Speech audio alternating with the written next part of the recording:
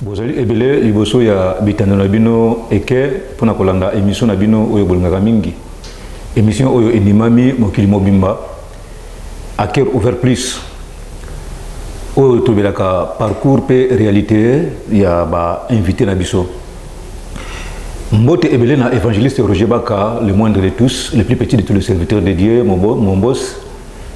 Les galériens oyo azarane le côté kasi le konyoso azanango bakabela kaye mon mbali wa senga le côté pe atoni na komiki disebele mon boss le grand formateur lo sa komingi panayo parce que na formation ozo pesa biso vraiment et si endimami mokili mobimba nzambe pambola yo pe on continue toujours le lengi wana parcours pe réalité et ezali komema biso na monde mobimba pona kosola na ba invité na biso news oyo nyoso bazali ko luka kokutana na biso mbote mingi na mama bibish pona musala ozosala mama abanda ozana motema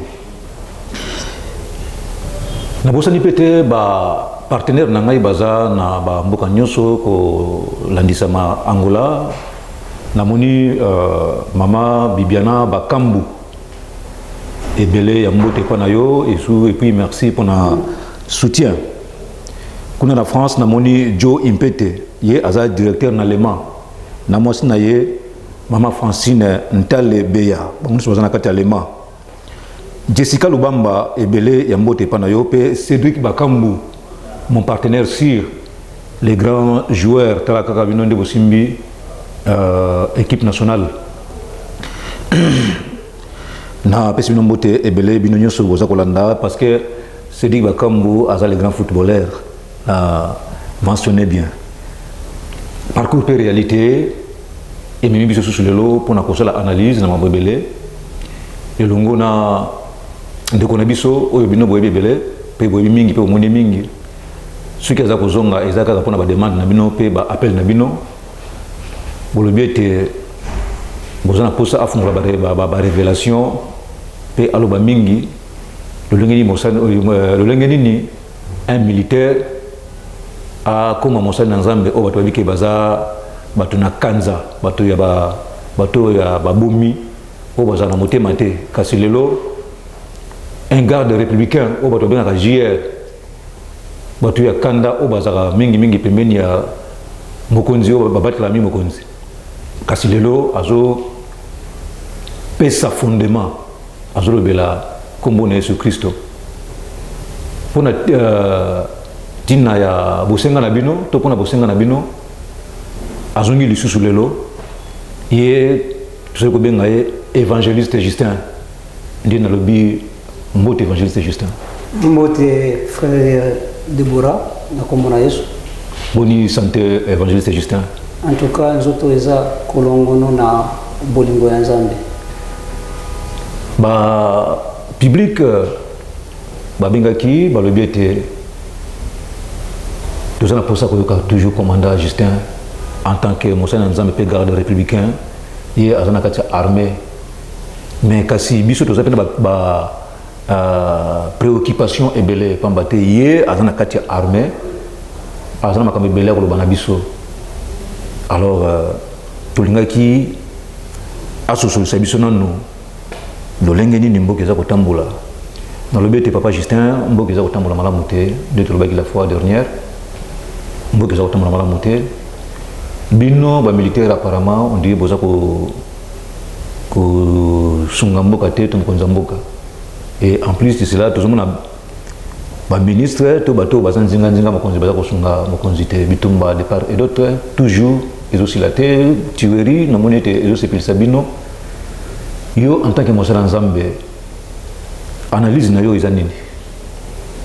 Ok, merci ndeko nanga ndeko Deborah nalobaka chaque fois que liboso ya mituna na yo esengaka chaque fois kokotisa ba aventure te na tango oyo tozo yanola pourquoi po toza liboso ya la caméra pour dire que notre toza liboso ya miso ya bato oyo mokili mobimba ezolanda biso.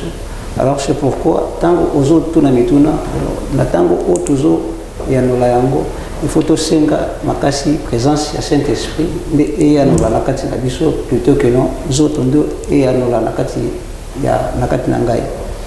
Alors eloko ya liboso soki naza na posa ya nola na mutuna wana oyo olobi kino biso ba militaire tozosunga mokonzi ya mboka te oto tozosunga mboka te pe otangi na ba ministre oto soit ba homme politicien en général que bazosunga mokonzi ya mboka te wana na kokota en profondeur te. Pourquoi? Par le fait que na zolo bakino soki nazo ya lona na ngonga oyo naza likolo ya liboso ya caméra pe likolo ya plateau na ye en tant que un évangéliste.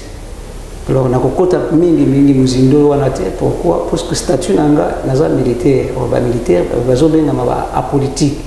Mais soki na ngonga oyo naza liboso ya mokili mobimba pour répondre en tant qu'évangéliste, évangéliste de l'évangile de Jésus-Christ.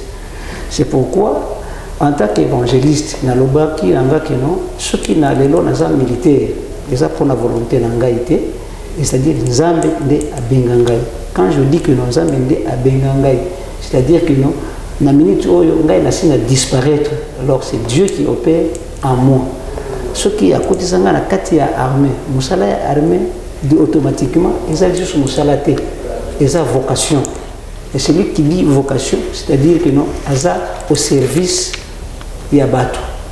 Alors celui qui est au service de Yabatou, Batunini, c'est-à-dire ils ont des kélam yanzambe, ils ont la semence naé, ils ont à placer l'adresse autobengi mokili.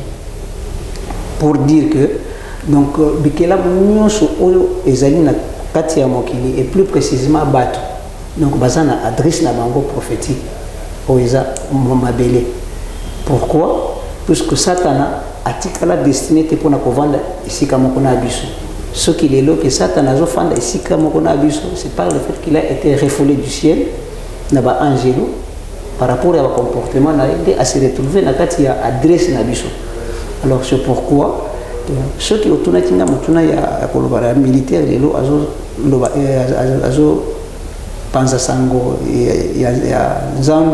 c'est pas le fait que nous avons vocation de s'amener à Benanga. C'est-à-dire qu'il faut travailler dans l'intérêt de Zambie. Il faut combattre les Bibles de Zambie ou les Kélam de Zambie. Ils ont un sens. Évangéliste Justin, ce qui est vraiment parce que tout le monde est pas public au baba qui était yom to kutana naye solo naye et évangéliste Justin sur le plan spirituel bon on a biso République démocratique du Congo et comme wapi parce que tout le monde a été babitumba ils continuent toujours mambo ils belé bon la dimension spirituelle tokomi wapi et puis Nzambe azuro banini pour na bitumba wana ya est. Ok, merci beaucoup. Nous tournons aux autres wana eza très complexe. Alors avant ya koyanola na mutuna wana na kosenga nano na remercier évangéliste Roger Baka o aza moko ya basali ya Nzambe oyo à partir ya message oyo Nzambe atindaki ngai pona ye atikala koyimayima te à comprendre effectivement que Nzambe alobaka. C'est ce qui a fait assez que atombola ngai na esika oyo lelo nazopanza sango mokili mobimba ezolanda ngai eza na opportunité wana. Alors naloba lisusu que na kotikala kozala fanatique na ye te ngai nazali, c'est-à-dire pour dire que je suis et je reste fanatique il y a évangile de Jésus-Christ. Alors natango o nazoloba fanatique ya évangile ya Jésus-Christ ceux qui natandi kombo na ye eza pona kotombola kaka lokumu ya Nzambe na ndenge azosala na kati ya bato ceux qui nakoti natandi kombo na ye eloko peut-être oyo na sepelaka na kati na ye puisqu'il est l'un parmi les serviteurs et les enfants de Dieu ba oyo ba atakaka bato te. Il est l'un des serviteurs de Dieu oyo atakaka diable directement na ba ange na ba démon mais na comprendre kate ba oyo ba s'emportaka contre ye mais eza façon ya kokamwa te. J'ai seulement vite compris que non ye ndenge atakaka diable na ba ange na ye ba démon, mais batu oyo les personnes physiques qui s'attaquent maintenant contre lui, c'est-à-dire eza ba oyo ba serviraka diable na ba ange na ye, alors ba sepelaka nango te. C'est pourquoi ça s'emportaka contre ye. Mais na opportunité wana na sengete nzambe oyo atindanga epa na ye abatela ye pe abundela ye bitumba nyonso ya kokutana nango po akolonga. Alors c'est pourquoi que nous on a directement pour la mutuna oyo tuninga. Et pourquoi? Parce que c'est une question qui tourne autour de toute une vie d'un peuple de Dieu et de toute une nation, ce qui nation que voir même le monde entier. Alors c'est à partir de Yawana de nazana posa ya ko rappeler eloko moko, c'est-à-dire que mokili o tozanango eza mokili ya nzambe na bikolo nyonso batu banzete banyama eza bikelamu ya nzambe. Donc c'est lui qui est le premier bénéficiaire et moissonneur na intérêt na biloko eza na kati ya mokili eza nzambe. Donc c'est lui qui a plus de pouvoir na mokili eza nzambe. Alors c'est pourquoi que nous sommes toujours travailler. Donc nous devons juste travailler, un, na intérêt ya nzambe, et puis de deux, na intérêt ya bikelamu oyo apesa na mokili. Ce que tuninga mutuna wana kino batu bazo souffrir. Batu ya nani eza batu ya nzambe. Bafandi wapi bafandi na mokili ya nzambe. Est-ce que na plan ya nzambe, est-ce que a placer batu oyo na se ya mokili po banda ko souffrir? Pour d'interrogation. Mais selon ngai tikala ko placer bikelamu wana na se ba mokili po banda ko nyoko. Mais si il advenait que situation ezokende selon ndenge otuneli mutuna ndenge nazo répondre nga na lobite que nos situation eza ya kobeba ou soit eza ndenge nini nga na répondre na mutuna na yo par rapport à ndenge otuneli ce qui ya koloba que non mlamboka situation ezokende batu bazolela lela bazo nyoko ama eza pona nini automatiquement na lobike na koti ko répondre te que batu oyo bazo nzambe apona à placer liboso na biso mingi bazo travailler pour na intérêt ya peuple te pour na intérêt ya mokili bakoma ko travailler pour na intérêt ya bato landinga malamu bakoma ko travailler pour na intérêt ya bato. Est-ce que en réalité nzambe a continué ko sepela bino bo banda ko travailler na intérêt ya bato ou to intérêt ya pays songolo? Nzambe a continué ko sepela te. C'est là où je pourrais peut-être kokende rapidement na koloba ete que na niveau ya mokili toza na problème nano ya religion. Religion eza makambo ya nzambe oyo nzambe ye moko azoloba na bato lolenge kani esengeli bazala et puis lolenge kani esengeli basiko base comporter na mokili oyo esika plaça bango. Oh, religion c'est-à-dire eza divisé na bibite ni bale toza na théorie et puis toza na pratique. Théorie, des côtés de nos références sont dans Matthieu 24, verset combien Jean, on a la théorie. Mais je voudrais plus me baser sur la pratique. Théorie, c'est la conversation ensemble et l'autre. Pratique, il faut ce qu'on a mettre en application. Ensemble, azoloba, poto salela. Zola danga. Côté wana, par le fait que tu as un mokili. Na biloko autozobi que nous tous na liloba et puis tous na science ou soit connaissance ya mokili mais mingi batu bazo se baser na commettre en pratique puis na ko retenir oyo ezo utana epa ya batu comme science plutôt que oyo ezo uta lokola ezo utala na liloba ou soit évangile. Ce qui na lingina loba wana fona kenela par exemple oyo eza tellement concret donc par exemple, pour nous avons un serviteur de Dieu, un prophète connu officiellement dans Mboka Nabiso, prophète Simon Kimbama. Il y a ce qu'il avait dit pour notre pays que non. Ce qui est que tu l'as ndeli, tu s'attaches à l'iloba. Nzambe akupambula Mboka Nabiso, Congo. Et que ça l'a boyé sur le plan spirituel. Est-ce que batu bakendaka kokokisa na koyoka oyo ko mettre en considération Simon Kimbama aloba ou tout pas. Tous ont les sous na côté à science. La base n'a pas rappelé sur les gens un certain monsieur, un écrivain, Frantz Fanon. Frantz Fanon à l'obéni, l'Afrique a la forme d'un revolver dont la gâchette se trouve en RDC. Gâchette des amis. Heureusement pour les gens militaires, on a profité pour expliquer ici. Donc, dans l'arme mobimba, et le coup, il y a plus de sécurité, où il y a détruire ou tout cotonga, ils ont gâchette. Ce qui est obligé, gâchette, voilà, balamoko, bal et bimi, côté kokende. Résultat, il faut produire par rapport à l'intention, il faut détruire, tout comme construire. Mais dans la minute où ils ont tambola malamu.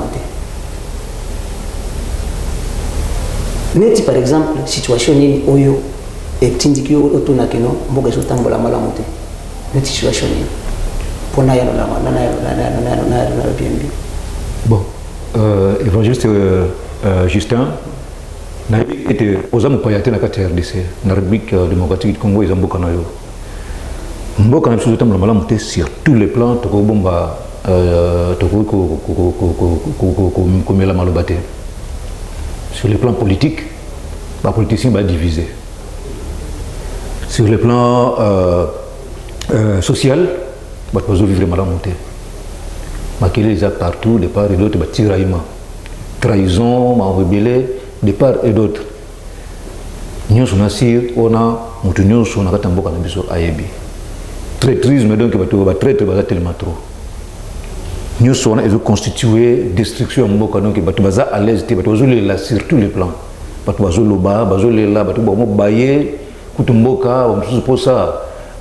voyager les sous loterie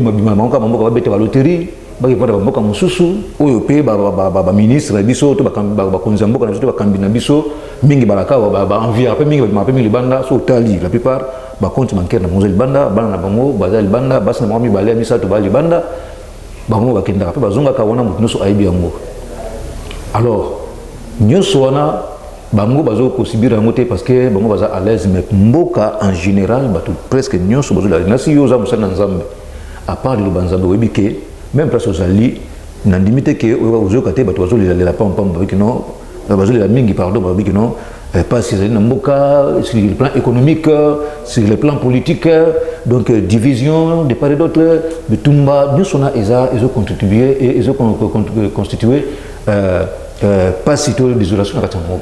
Papa Justin a évité ceux qui ont monté et puis sur le plan spirituel, Nzambe azo sepela nango, to Nzambe azo lobanini, azo encourager yango azo namuza bien, to Nzambe azo lobanini. Frère de Bois.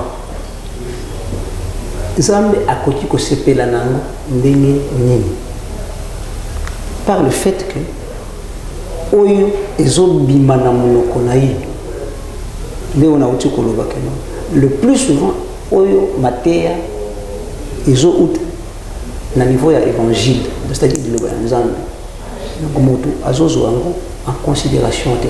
Or ba instruction na ba leçon oyo ezouta na évangile, c'est ce qui fera c'est que namboka na biso to fanda kimia namboka na biso to fanda malamu tala na uti kotalisa yo message oyo ya prophète Simon Kimbangu. Est-ce que belé batachaka ngo importance batachaka ngo importance te o pendant que non batu batachaka importance mingi na oyo ezo uta na science. Par exemple au moins période ya kala makambo ya science occulte ezali ki biloko moko ezali ki ya kobata makasi. Alors comparé période de wana science occulte ils ont côté mode de vie parce que bato bandé ko lela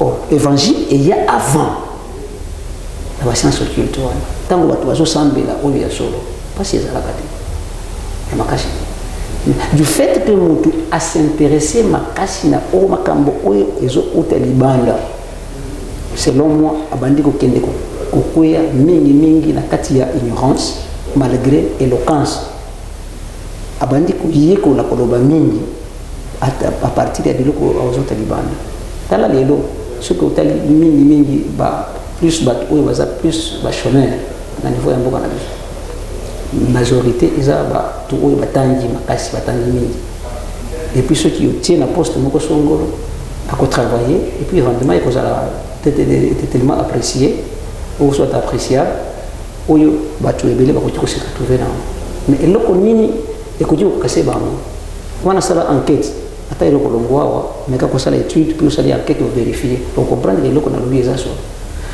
La plupart des gens qui ont beaucoup étudié et qui ne travaillent pas bazo se lamenter na niveau ya mboka kina mboka ezotambola bien te eza condition kaka moko eza bato oyo basi baboyi so okutani bango bien eza ba oyo baboya ko se soumettre na makambo oyo ya kota libanda.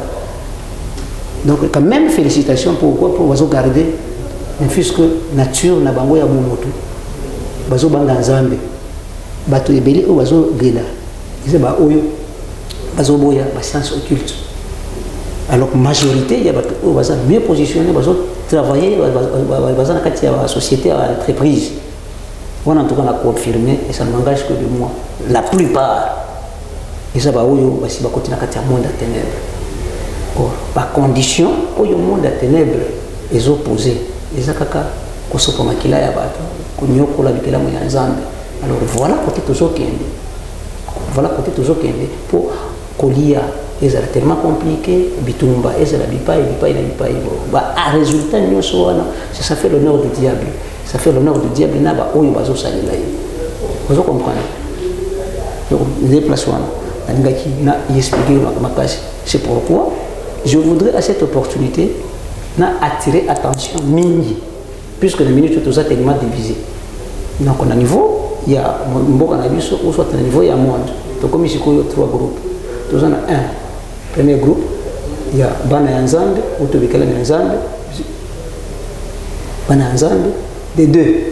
Il y a Basali Nzambe, les serviteurs de Dieu. Et puis, troisième cas, il y a pas politicien. Or, parmi 3 groupes, qui est au service de qui et qui doit servir qui? Comprendre? Or, nangonga oyo ezala makambo nyonso oyo ezosalema oyo baza victime eza peuple. Donc ba oyo il faut bakamba ye toza na basali ya nzambe et puis toza na ba politicien. Or na minute oyo tozo nazoloba wana na tima ina mono côté presque majorité ya ba oyo tozo benga ba politicien ba tozo benga ba soi-disant serviteurs de Dieu bango nyonso bazo travailler na compte ya nzambe te na compte ya population te. Pourquoi? Ebele basi bakoti na kati ya ba monde wana. Donc ndenge makile ezotanga makona na ba est bato bazo kufa ba guerre bactériologique loko nini wana. Donc bango bazo sebela. C'est pourquoi il faudrait que na kosenga ba véritable population à se confier mingi na bango te. Par conséquent, Babelela, ou soit Kakanga, il y a un véritable serviteur de Dieu, Bakotanakati Alikambo Oyo, Bakoyebi Sanzambe Akoyoka. Quel que soit effectif Nabango, ceux qui balobi et l'eau Sanzambe Akoyoka. Là, je vais me référer directement à les rois magiciens, Oyo, Basalaka, pour s'affronter na prophète Élie. Prophète Élie, Azalaki Yemo. Maloba oyo bande ko bimana monoko na ye bato babande ko zala rango sûreté que non effectivement azota to l'ensemble oyo le véritable Dieu mais ba oyo bazalaki ebele on croyait que peut-être babande babande ko ta to l'ensemble oh résultat ou to fruit d'état les sakake non ba oyo bazo sali l'ensemble c'est ce qu'ils étaient même démontré des rois magiciens ba meka ko ganga et le comment ko zala kate ti Eli ya beleli solution est soit les un petit problème où toujours le ya où dévier à nomination à nani ce qui élection à nomination à président à Denis Kadima wana na kuya kuna OK la question est d'aller alors c'est ainsi que mingi bato il faut avoir un souci à travailler pour la peuple ceux qui ont le souci pour travailler la peuple les ambe ya koyanola akotambu samboka oyo kitoko évangéliste Justin basali na nzambe bazobondela makasi population ezobondela makasi population ezosambela makasi mais nini ezosala ke nzambe ayoka te en plus na question que on a posée président de la République Félix Antoine Tshisekedi, son excellence. Bino bolobaki bato balobaki mingi et puis basala nzambe ebele balobaki mingi non mboka na biso tokabwana na Israël bona boye. Lelo tomoni président nazo asali preuve ya kozongisa communication wana to communion wana entre biso na peuple israélite. Lelo président Nabiso a accueilli déposer gerbe de fleurs na tombe ya Jésus-Christ va le mettre na biso pour na kolakisa bolingo na biso envers ye et kolakisa aussi diplomatie to partenariat entre République démocratique du Congo. Sur le plan spirituel, ils ont un impact, ils ont un impact. Automatiquement, sans qu'on perde de temps, on a répondre qu'ils ont un impact. Pourquoi? Ce qui est tout en dans Matthieu 24. Donc, on a toute une série, il y a Bilembo, il y a événement, il y a comme dans la Bible, il y a l'accomplissement de la promesse, il y a Zambie. Mais quand on dit que nous sommes message, quel que soit si va commis la Bible, autant mais il vivre quand on a sur le plan théorique et comment mais sur le plan pratique ceux qui vivre yango on va dire ah les aneti suka ya moki autant beaucoup kutana beaucoup vivre événement tel mais ceux qui monnaie sur le plan pratique les aneti na minute où on a c'est moki c'est bien si à placer basali naye le moyen de se rendre compte au moins que aux la sens la spiritualité aux la présence la spiritualité dès qu'on comprendre que non geste au président Félix Azo asalaki et ça va chose il va geste prophétique alors c'est des places na utikolo que non quel que soit effectif il y a bateau ce qui est que va sembler là ya solo donc plan où nous avons alors pour na Congo des côtés de Zokende puisque l'objectif de l'ensemble est ça na pour pour la mboka ya biso tokende vers la souveraineté ou aussi moi kimbango aloba ti les côtés de service juste na niveau unité nationale donc paix mondiale puis na unité ya ba nation ensemble. Évangéliste Justin akati molobate bato ba critiquer acte wana mingi babi comment se fait-il que le président a pu déposer gerbe de fleurs parce que Jésus-Christ yemoko a atikala ko autoriser et le commenter même temps de vivant comment na tombe naie et puis non ba monaté même bango moko na déposer ba gerbe de fleurs le rebelle mais un individu bon tout va pas un individu un président de la République a dit quelque part à qui ko déposer gerbe de fleurs na tombe naie ba tebele baza ko le belango donc ebele c'est petit bango té ebele bango nyango ki geste mo kitoko mais ebele babi que non eza eloko moko eza sous forme ya idolâtrie na ndenge balobeli yango sur le plan spirituel de tonto yeba aussi ils ont un impact tout un impact ne yango mo na poser une question ti problème il y a geste au président de la République à poser qui ça n'engage que le président de la République lui-même avec Dieu makambo nyuso auto salaka ngai personnellement na loba que non mutu azalaka na impact à mon côté ma mouvement nyuso mutu salaka ezalaka conditionné na esprit ou eza incarné eza bien mon colloque non akofanda na temple ou eza créé de mes son côté akofanda na eloko yemo ko asala Dieu s'est incarné dans l'homme ma mouvement nyuso de salaka eza bien commandaka yango c'est-à-dire que nous geste au président de la République à salaka et ça geste où engagé président de la République na Zambie nani ayibi kino peut-être Zambie dia ibisaki ya ça makambo ya critique ils makambo ya kobanga rangote pourquoi est-ce que Jésus est baba aveugle bakende ko yibisaki na tout zona poso bikisa biso niso yemba la moko bande ko boka solo geste wana pourquoi est-ce que va critiquer rangote on sema ça ba geste prophétique et engagé président de la République dans Zambie yemo mais lelo à partir de geste wana ceux qui peut-être mboka bon le kolbani va compéter sur mabo évangéliste Justin na posé cette question moko na biete bato baza ko bondela mingi na mboka mais kolela eza kaka et en plus de cela basali na nzambe baza ebele oyo toyebi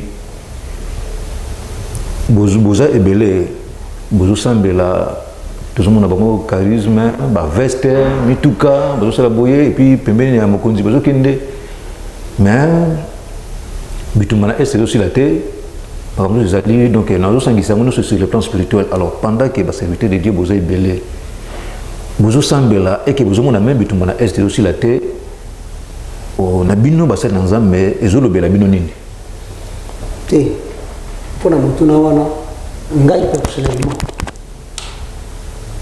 personnellement na komi penché na komi te na place ya Eli n'avait pas compté des nombres il y a un magicien qui kobondela pour eloko moko esalema par rapport à prier nzambe moto ekite mais il avait prié moto ekite soki ebele bango nyonso baboyi ngata ngai mpana ngai na kobeta mabolongo na kofukama kosenga nzambe akoti kosalela yango pourquoi nauti koyebisa ye keno un écrivain alobaki non l'Afrique la formule des revolvers dans la cachette c'est tout venir de ici.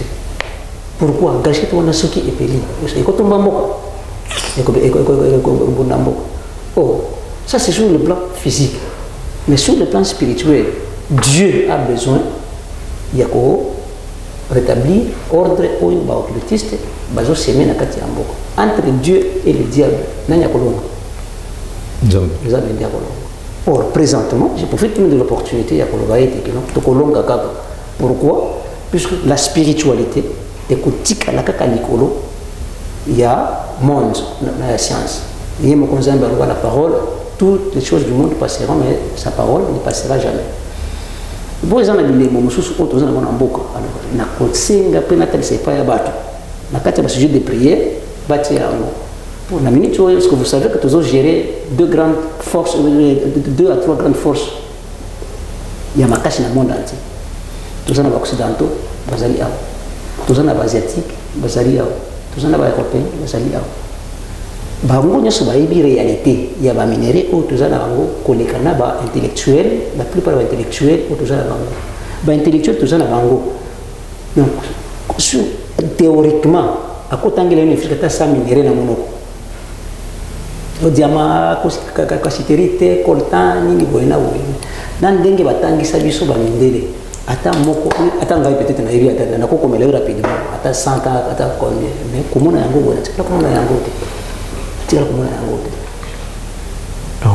Évangéliste Justin tokomi kokende muke na suka ya émission na biso toza kokende mpona kochite malembe bapoliticien mboka na biso bazokana te ngai nakozonga na niveau spirituel.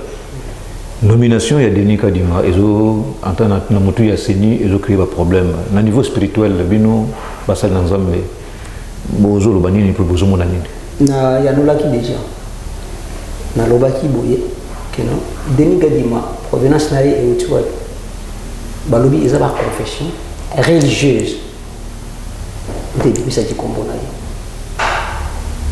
C'est là où je voudrais juste dire mokoloni yo ozape mzali nzambe mokoloni oyoka peno na kati ya likambo nzambe akoti na sima vuya auto désordre lui ce qui est que ba bimisa ki kombo ya Denis Kadima désordre bimi. Alors il faut maintenant se poser sur la nature parce que serviteur nzambe ba bimisa ki est-ce que bazana intérêt ou au service ya bato songolote ou soit pour l'intérêt na bango moko. C'est ce qui a fait que Nzambe a confondre bango. Si et réellement basalaki choix wana basalaki pour na intérêt ya peuple Nzambe pe ya moniki no o choix basali eza pour na ko intérêt ya kila monanga les autres de côté ko bien